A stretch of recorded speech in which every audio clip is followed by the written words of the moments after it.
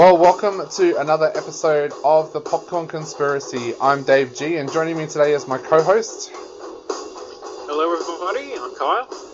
And today we're going to be taking a look at the brand new family movie that in some places is out in cinemas and in other places is available on VOD, and it's coming out on DVD as well.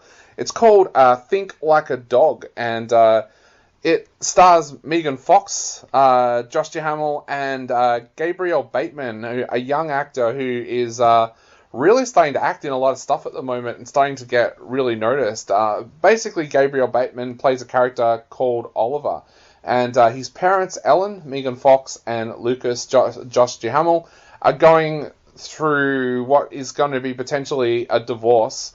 Oliver is really, really scared about that, and a science project that he starts working on for his science fair at school accidentally ends up being able to allow him to converse with his dog in a kind of way. It's kind of hard to explain, but it does end up with him being able to converse with his dog. You have a tech billionaire by the name of Mr. Mills, played by Kunal Nair from Big Bang Theory, who also wants to get his hands on that technology. And of course, the technology itself is starting to cause a little bit of an issue with the FBI, CIA, because some hacking had to get done to make it work, and they're very worried about what that actually was. Man, I gotta ask, what do you think of this? Like, this is a family movie, so you kind of gotta, like, suspend a little bit of belief, but what did you think of Think Like a Dog? Yeah, I enjoyed it on a very simple level. It's a very simple family film it's fun and enjoyable if you're very forgiving about what it is and the low bar that it's aiming for. I've seen a lot of other movies about super smart dogs or dogs that end up with the ability to talk to their owners, and this one doesn't really do anything new or original, but for a simple family film, it's okay. My only problem with it, I think, is how convoluted sometimes the story gets, while at the same time being written really thinly. But if you're a dog person, then I'm sure you'll like this. This is really the kind of movie for you. It's not depressing or emotionally manipulative like a lot of other dog movies that have come out in the last few years. It's just it's just a very basic family movie with some slapstick comedy and a happy ending. So the kind of one that you'll be able to sit your kids in front of without worrying about them being depressed by the dog dying halfway through it or something like that. Yeah, it is. It's I really like this movie. I've been surprised this year by a few family films, like My Spy. Came out earlier this year with Dave Bautista as well, which I really enjoyed. I don't know, I just find at the moment that there seems to be a bit of a throwback for family films. In the last few years, family films to me have kind of graded. Stuff like Dora the Explorer, there's nothing there for adults at all when you watch the film, and it almost feels like it's asking the kids to check their brain at the door when they walk in the cinema as well. But, I kind of enjoyed this one. It felt like a bit of a throwback, film to, the 80s and 90s kind of family films, where it's a little bit outrageous and it's a little bit of fun in there as well, but it's got heart. You really got the feeling with this that Gil Junga, the director, screenwriter, has written this movie with a little bit of heart, and I think one of the reasons he might have written this film is to try and explain divorce to kids, which can be a pretty interesting thing for kids to try and get a handle of. Because the thing I liked about it was that even though it was it was outrageous and it was funny, it didn't go into that area where I was kind of groaning, that it got really bad or anything like that. And I thought that that Kunar actually played a better villain than the villain that we saw recently in the Charlize Theron film. He's a bit over the top. He's a bit over the top, but it needs to be because it's a kids' film. Yeah, it's really hard to explain, but I enjoyed it. It was like My Spy. Like I said, My Spy. The original cut of that in Australia got an M rating. They actually had to go back and cut some scenes out of it because the director made it too violent. That to get that PG rating, they had to go back and cut a couple, because you see people get shot in that film. It's like, this is a family film, but that's the kind of stuff that like you and I grew up on. Like, you go back and watch stuff like Kindergarten Cop, and it's not PC anymore, and it's like, but Yeah, I was that's just what. thinking that. Yeah. Yeah, that's what I loved when I was a kid. The same with Gremlins. Like, now it's considered an M-rated horror. In our day, it was like a kids' film. And the same with this one. Like, there's a lot of heavy topics explored in this film, but at the same time, because you got a talking dog there, it's kind of kept in that kind of light and fluffy realm as well. Mm. Yeah, like I did think that there might have been a bit of a disconnect between like how simple the movie was, but how at the same time how convoluted it could get. Like, on one hand, it is kind of a complicated movie with a whole bunch of different things happening. Like the Oliver is having trouble at school. He's his family are getting his parents are looking at getting divorced. He has a friend in China that's helping him with this science experiment. This thing ends up allowing him to speak to his dog.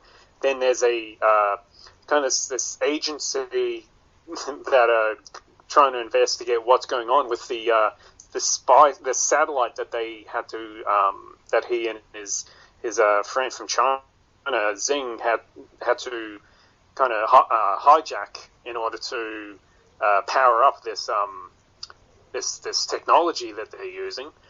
And then on top of that, there's the billionaire that's coming off to basically wants the technology that they're using, the mind reading technology.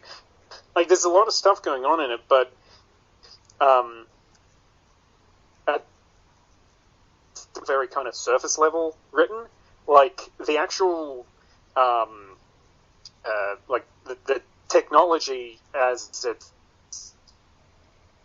of why Oliver is able to read his dog's thoughts isn't, like, as much as I'm like, the allowances that I'm giving it, like, oh, whatever, it's a family film, who cares? But, like, even within the film itself, it doesn't really make a lot of sense as to why it works, you know? Like, okay, so Oliver can hear the dog's thoughts, but the dog needs to wear this collar in order for it to work. But Oliver doesn't need any kind of headset or anything in order to hear those thoughts. But nobody else can hear them. Only he can hear them. You know, like, stuff like that. It's like very. That's just one part, and it's very just surface level written. The elements of like, I don't know. I thought that maybe, considering like how many things were going on in the movie, that might complicate it a little bit for kids.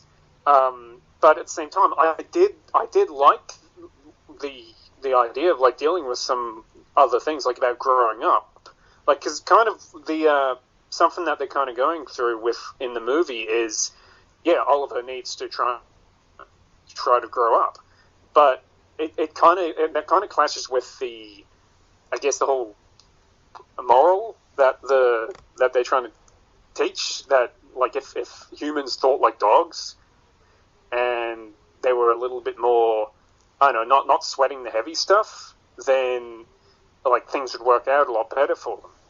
Yeah. And that's all right. But, like, I think that maybe they could have, I don't know, maybe they could have gone a little bit, I don't know, I think that maybe they could have had Oliver maturing in a different way, like, kind of, because he's not a dog, you know. Like, it's the obvious thing that humans are not dogs. They got to deal with the things that dogs don't need to deal with, and, like, divorce and stuff like that. That is more of a heavier subject that I think needs to be tackled a little bit with a little bit more maturity than I think that this. Personally, I think that this movie had written into it. I don't know. yeah, did you think that did you think that the whole divorce subplot and all that, did you think that was really handled well or what? I thought at times it was.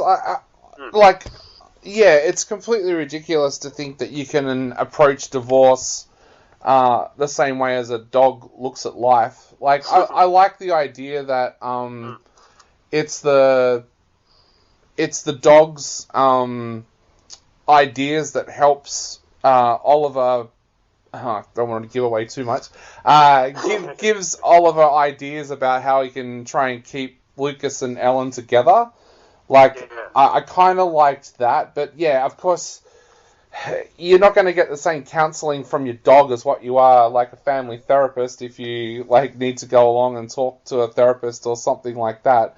I thought, I thought this is the kind of movie that you could use, like to show a child whose family is going through divorce or something like that, because yeah, it's always difficult. Like, I know in the past they've tried to make movies that you can show kids who have lost a parent, like in an accident or something like that. And look, I don't think these movies are ever going to be a 100% fix for that kind of thing. But I guess the main part of the movie is to try and to get the kid to talk about it as a start, because kids kind of go quiet about those things. And I think this is a movie that could actually do that. Like, the only thing I'd be a little bit worried about with this movie was if you showed it to a family that aren't going through a divorce, but the next time mum and dad have a little fight, it's oh, is it going to be like the movie? Is mum and dad got a divorce? But you're always going to get that kind of thing. If you show a kid a film about an animal dying, they're going to worry that their animal is going to die, or they're going to worry that if they watch a movie about a parent dying, that their parent's going to die.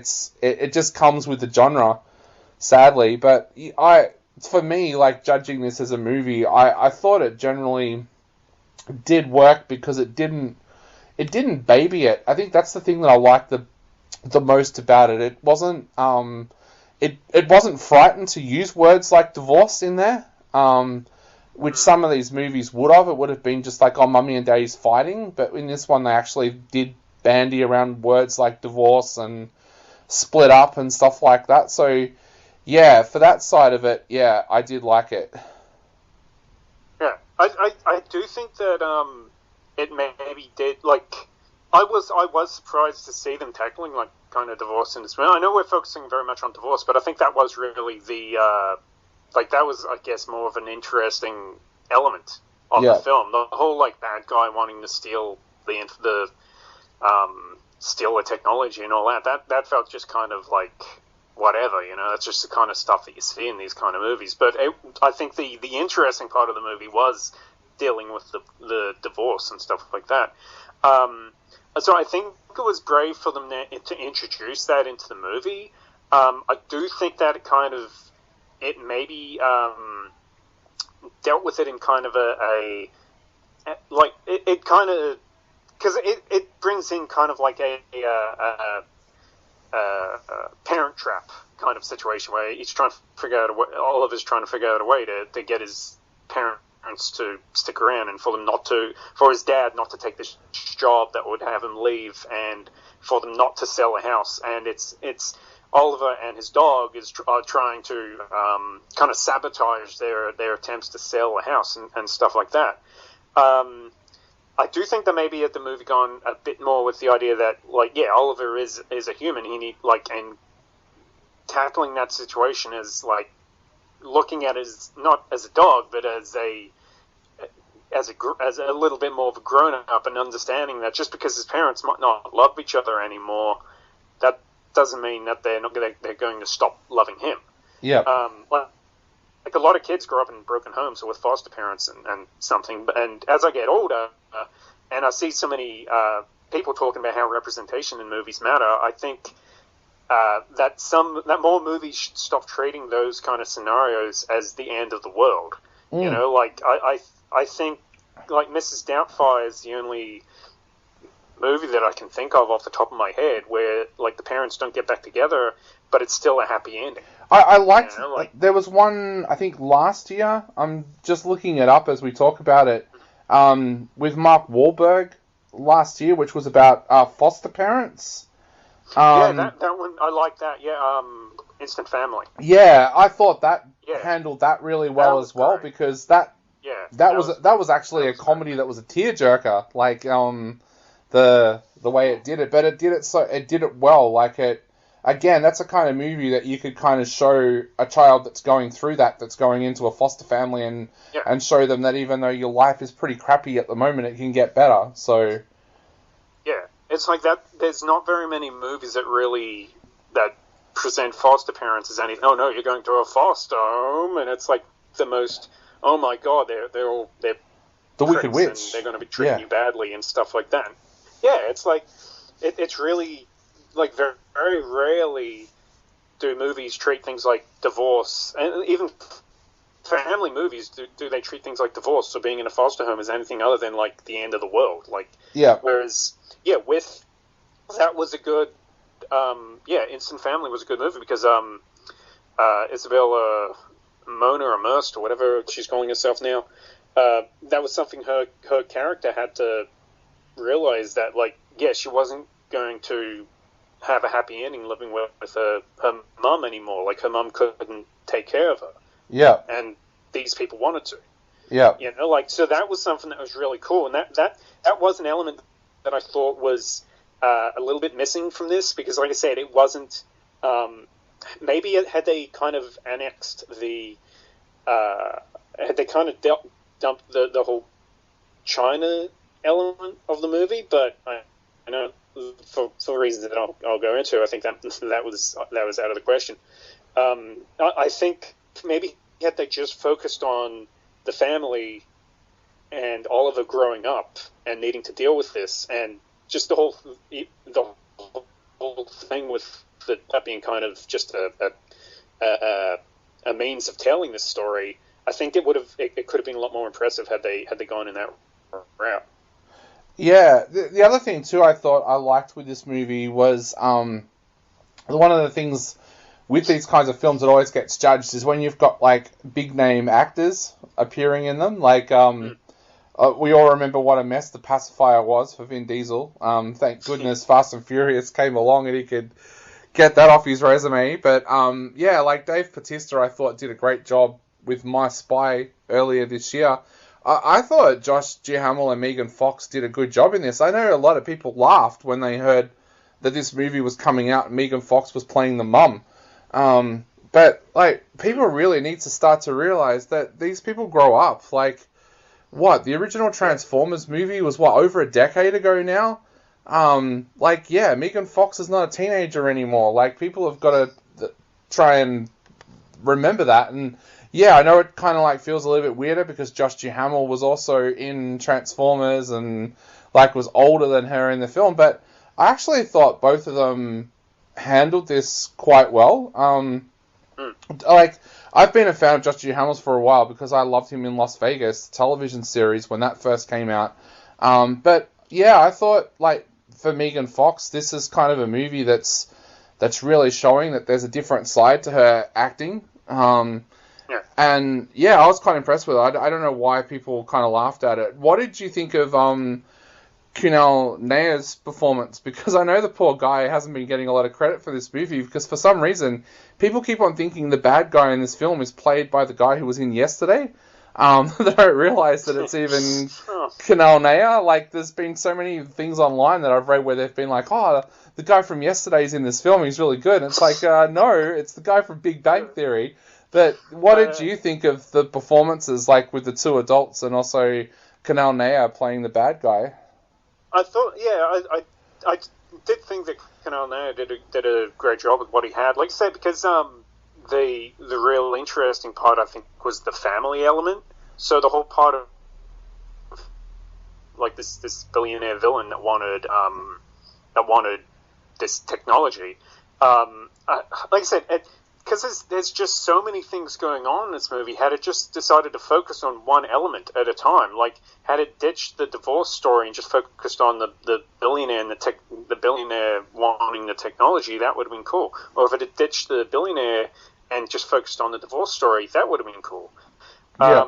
But I think like they kind of suffer a little bit because of that. It was good seeing him in the movie. I didn't recognize him at first myself because I think he's lost a bit of weight since Big Bang Theory. Yeah. So yeah, he does look a little bit different in the movie.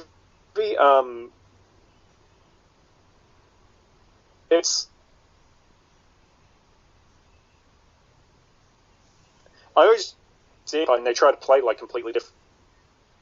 I'm glad not that play that kind of a role. I will say I did think that the acting of the main characters was quite good. Like you say, Megan Fox in real life is a mother of 3. Yeah. But it's one of those situations like in the same way as when you see Michael Cera playing his own age, it seems odd because you're so used to seeing him play it.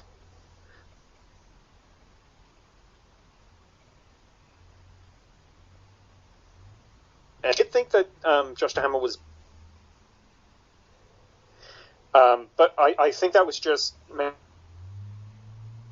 a better written role for him. The actor that I was really impressed in this movie is Gabriel Bateman, and yeah, I've been impressed by him in this and the Child's Play remake that he was in, which I was very surprised at how much I enjoyed that movie. And in both movies, he basically has to do a lot of miming work. He's in this movie, in that movie, he's talking to a doll.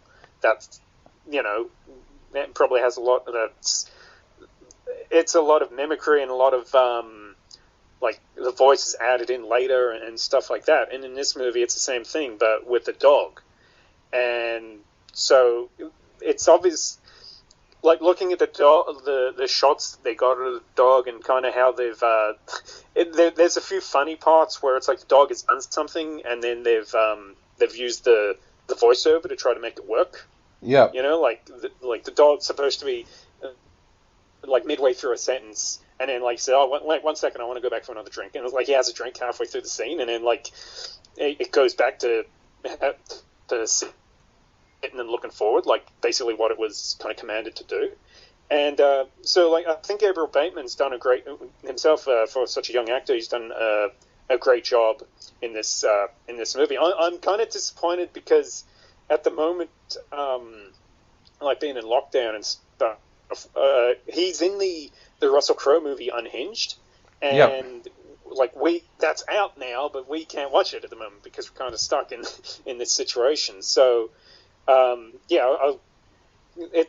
that's I kind of want to see that movie to see like what kind of performance he gives in like a more serious kind of a thriller kind of thing. Like if he manages to pull off like another great performance in that.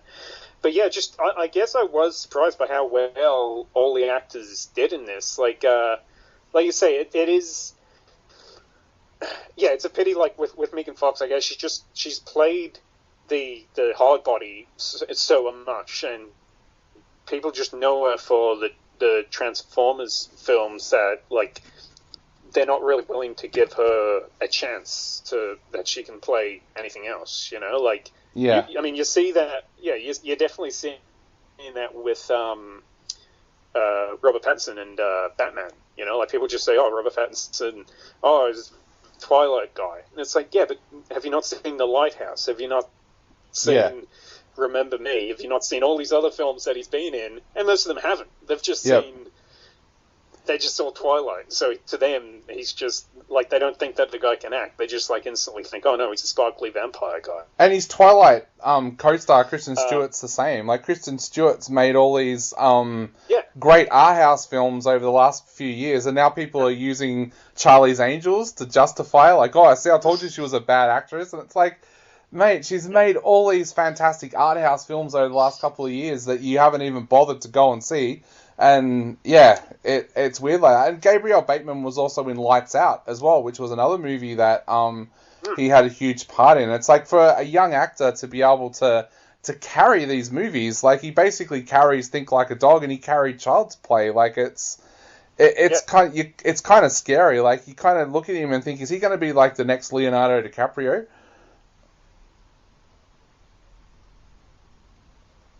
Like, yeah, like in these, like you see, like a young actor being able to carry movies like this, it is really, really impressive. Because a lot, like when I see movies like this and